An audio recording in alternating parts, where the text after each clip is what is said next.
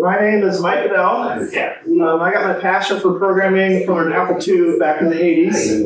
And today I'm going to talk about, first show what it was like to write code in the 80s. Was a line editor. And I first got interested in reintroduced in Apple II from Kansas. That's an annual conference. Where, believe it or not, there's an annual convention where the active community working with Apple II software. And so it happens every year in the summer. So I'm wearing a shirt for the 40th anniversary for the Apple IIc, which is this year. And so that inspired, that's from there, that's where I learned about this Apple Win program that emulates an Apple II. And basically, it's just going to totally emulate. I'm going to go ahead and click the reset button. And I'm just going to bring up a game. Is anyone familiar with this game? Have seen it before? So this is actually Electronic Arts, one-on-one, Larry Bird versus Gary J. Dr. J. It's one of the very first applications by Electronic Arts that you now know as EA Software. And fun fact, Electronic Arts was actually started by a couple Apple employees. I brought up this title only because back in the day it was customary for the lead programmer to put their name on the title, and you'll see that shortly. So I'm going to switch now, so I can, with my emulator, I can swap my floppy disks, and I'm going to boot again.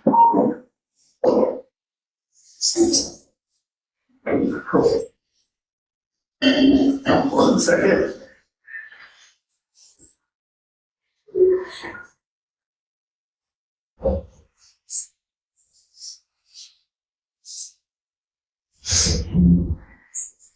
Unable to open.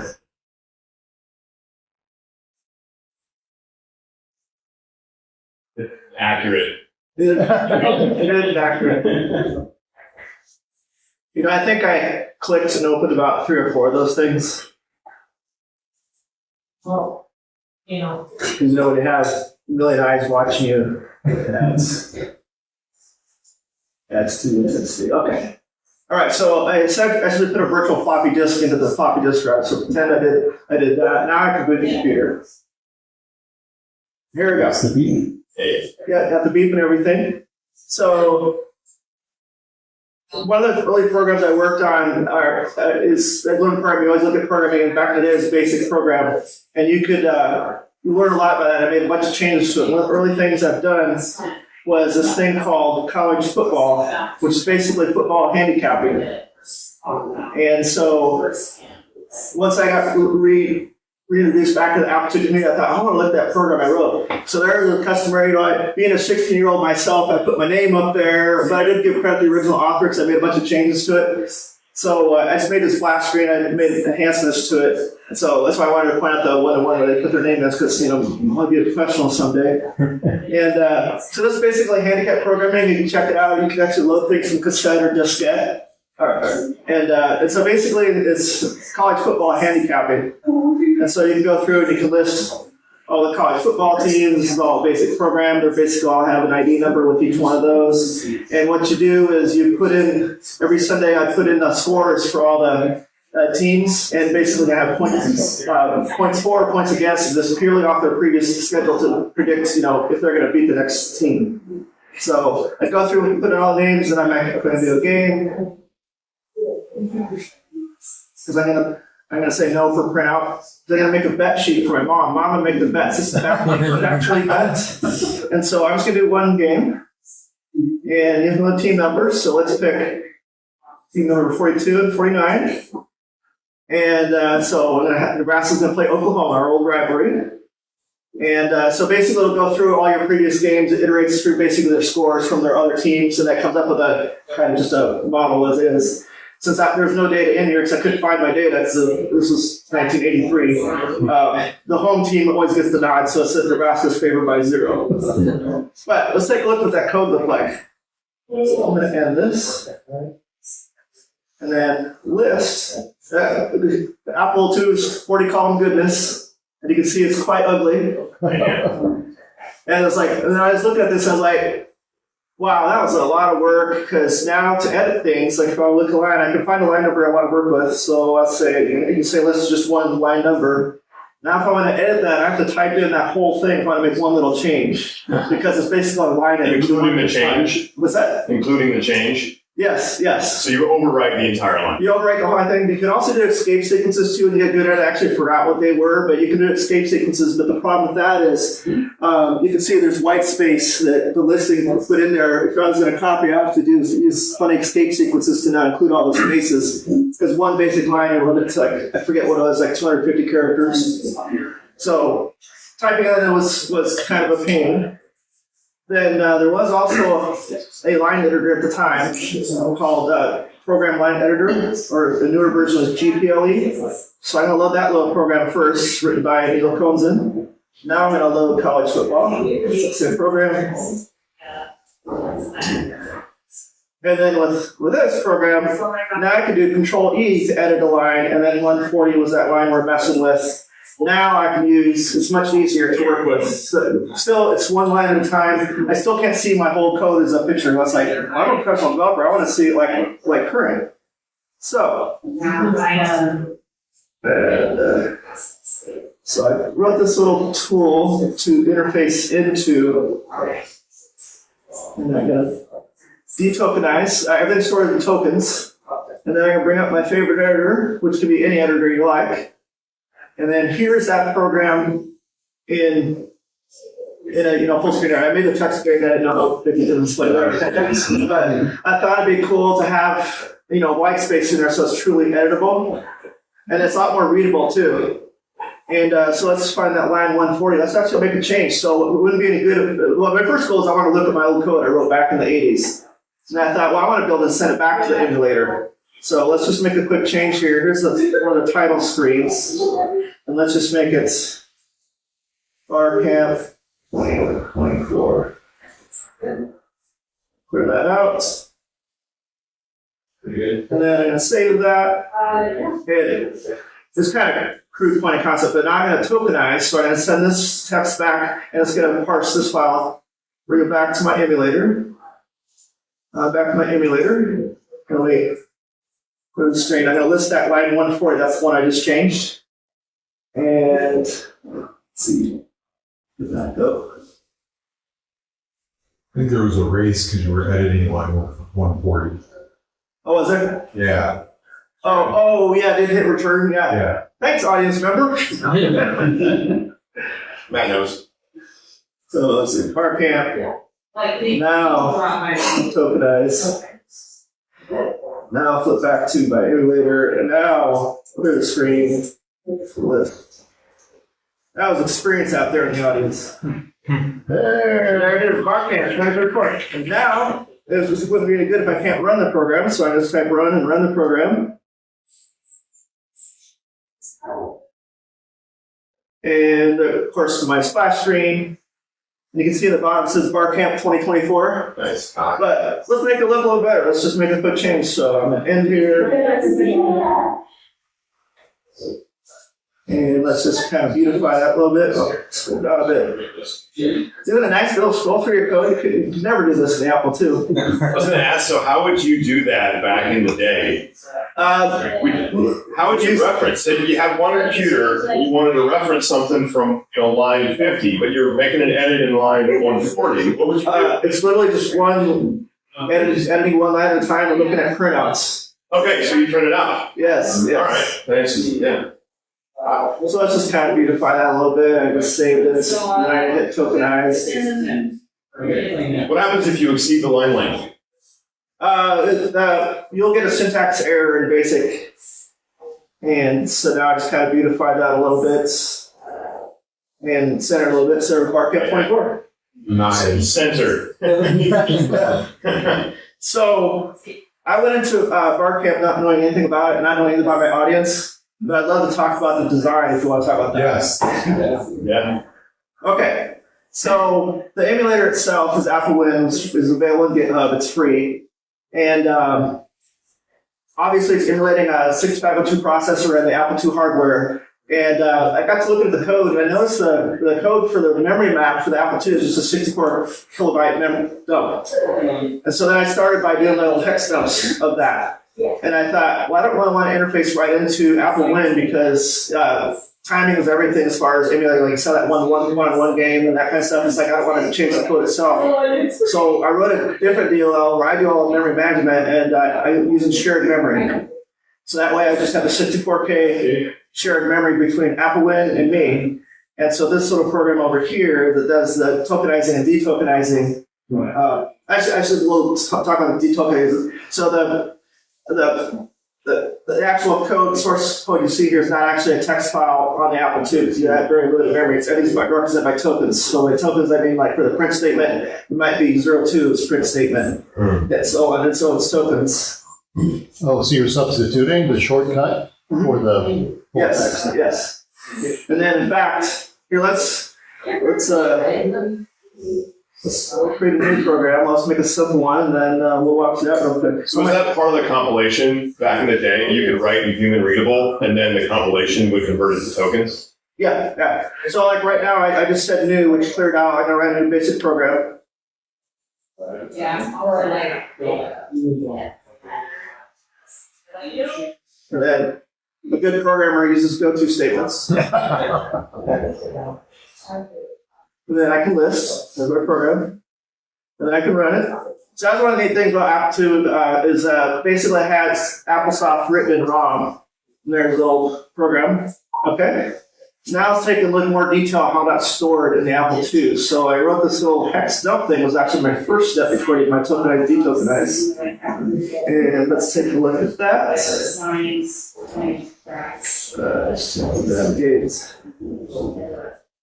And that is this guy right here. And the 0 page in Apple has all kinds of important meanings. So I was trying to figure out how does Applesoft work. So this is essentially a hex dump. Let me scroll down. Really, it's just start with the hex dump. And I want to be able to read ASCII text off to the side. And so the 0 page has special fixed characters that never change because it's in ROM. And so I want to document what each one of these things are. Has like in the Applesoft basic uses or the Apple. And so I basically put comments off to the right there. But let's get on to where your Applesoft program begins. And starting at 800 hex is where the program begins. And then I position it such that, remember I wrote that program welcome to Basecamp? Well, the tokenized version is all that stuff above. And basically, to read it to you, it's in hexadecimal. So I started really at 801.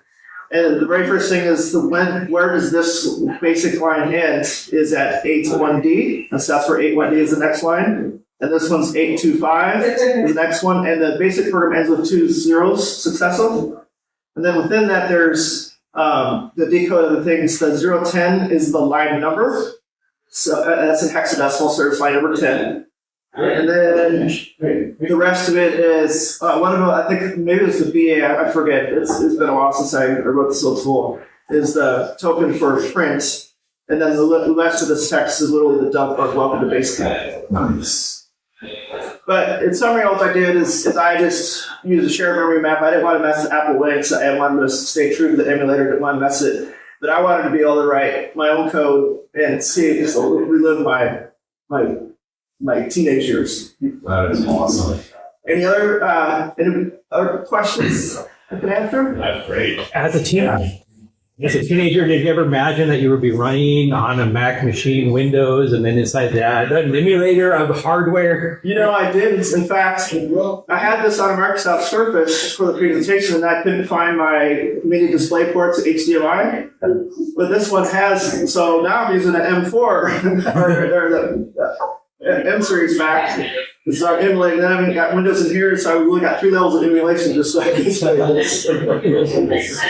Do you have guides or anything like that for setting this stuff up? There's a number of references, like the Apple II Canadians, they've been going since 1978. There's a place in Seattle called Puget Sound called Apple, and they have a book called the Complete Reference Guide. And so I use that to like figure out how Applesoft works. And you know, one of the things about Apple II is that one of the true hobbyist computers where one person could actually know everything about it, whether it's the operating system, the hardware, all that stuff. Think of computers today, it's like you only know one small part of it. It's like you don't necessarily need to know how to write stuff to your hard drive or anything like that, where Apple II is truly a kind of was my old passion for programming because it's like, oh yeah, that's cool, and I want to build it this way. Do you still program? I do. Are you gonna share your code, or are you gonna put it on GitHub? You know, I should. I need to. The Apple Win is in GitHub. This is a proof of concept of this conference, Kansas I go to. They have this thing called Hackfest. And I was going to submit this as a Hackfest because I want to be able to just see my code and edit. But the rules of Hackfest is you can't start until the day of conference. You have to finish it that day. And you can't bring in any code from the outside. Well, I had this idea like a couple weeks before. And I said, no, I just want to do this. And so I just kind of did it. But I didn't submit it as a Hackfest entry. So that's why I never submitted it. But I think, you know, I'll get it to a point where I'd have to manually click on this thing to tokenize, detokenize. I can put a button in Apple and then the merged in with Apple Win. Yeah, I don't know. I think it's kind of elegant having it separate. But does Apple Win have like It is. plug-in architecture? Because when you think about it, it's dangerous. Like, I can't just be injecting code that's running like Matt pointed out when I get returned on that line. So I think I overlook things. You had a question? Yeah, so my question was prior to, like when you had to edit one line at a time, was it using like a set or something to do kind of the editing of just the line? And the capture groups? That's pretty fancy. Nothing like said. No? Because literally, when you boot a floppy disk, if I say PR number 6, which says boot off of slot 6, the operating system for the computer is literally in track 0 of the floppy disk, and a floppy disk is only 140K. And that operating system is just, and then the basic Applesoft bases are wrong, so you couldn't have it. But this little thing where I could type like little DOS command, catalog, that's the directory, that was all in track 0. And so editing is very crude too. So if I load any of these programs, like my list, it's literally just one line at a time. You gotta type in the whole thing or use your fancy escape sequences to crude copy and paste. Or use that program editor where you could bring in one line and do your edits. Yeah. How long did it take you to build programs like the college football, for example?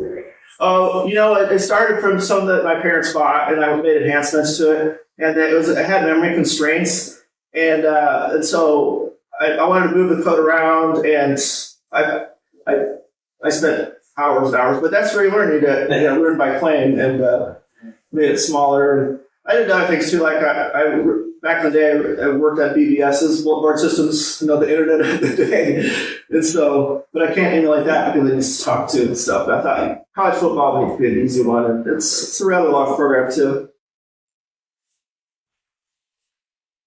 I'm gonna show you one more thing. I didn't think I was gonna get through this much. So that was a command to load. Remember that was on track 0, that thing, so that loaded that to memory. And then, a good programmer or a hacker wants to, well, not about good, but they like to brag. So when I was a kid, Microsoft, I put my name in, let's see, 5,000 on, or 5. Oh, maybe I'll let this through. But yeah, 40K goodness. Everything was actually all caps back in the day because it was an Apple II Plus is what this was on, and then I changed it to upper lowercase. And then I always have kind of inklings like, I want to port this to make it modern and actually fetch the things off the web, for scores. Because every Sunday I get the Sunday paper and I put in the scores each week. So there's what I want to show you at the very end. So the program ended there, 1616, and then I did fancy escape sequences. Really, this was like my house number, and then I did backspaces to make it look like that's actually a comment. And if we look at that in the source code, we go to the very end, you can see it actually is a remark. That's my house number for my address. And then a bunch of backspaces, and then because I basically am hiding that, and then I wrote over my whole Microsoft programming thing. Yeah. Is it beep while you were listing it? Is there Control G in there? There is. So the original Apple II, the keyboard was actually based off of teletype. If anyone remembers what teletypes are. And Control G was a bell on teletypes. And so the Apple II has that teletype keyboard. And so the beeps like that. Well, I think I'm at time. I got 1 minute? Okay. Is BASIC still your preferred programming language? Oh yeah, yeah. You know, I've got global variables. No problem there. You know, some enhancements. I know I got 1 minute. BASIC. You know, they only actually look at the first 2 characters of the name, and your space is constrained. I thought about enhancements. You know, with this is just use whatever variable names you want, and then on the tokenized part, I'll make it a short name because I want to keep the space as small as possible on the Apple II image. But on this side, I wanted to make it very readable, as you can see, just looking through this stuff. You know, the code is very readable. You can actually make changes and things. So your variable names would only be 2 characters? No, you can make them longer, but it only looks at the first 2 characters. Yeah. Okay, so in that source code on the original machine, you could do it longer, but Yeah. only grab. Okay, so Yeah. I you're can make very careful not to repeat the same. Yes, I can make a variable called let barcode equals 1, and then I could have something else let batch equals 2. Well, I start VA. It's the same thing. So does that overwrite that variable then? Yeah, they would fight whoever would took the most recent. That's fine. Okay, I think we're at time. Thanks for watching. Yeah, thank you.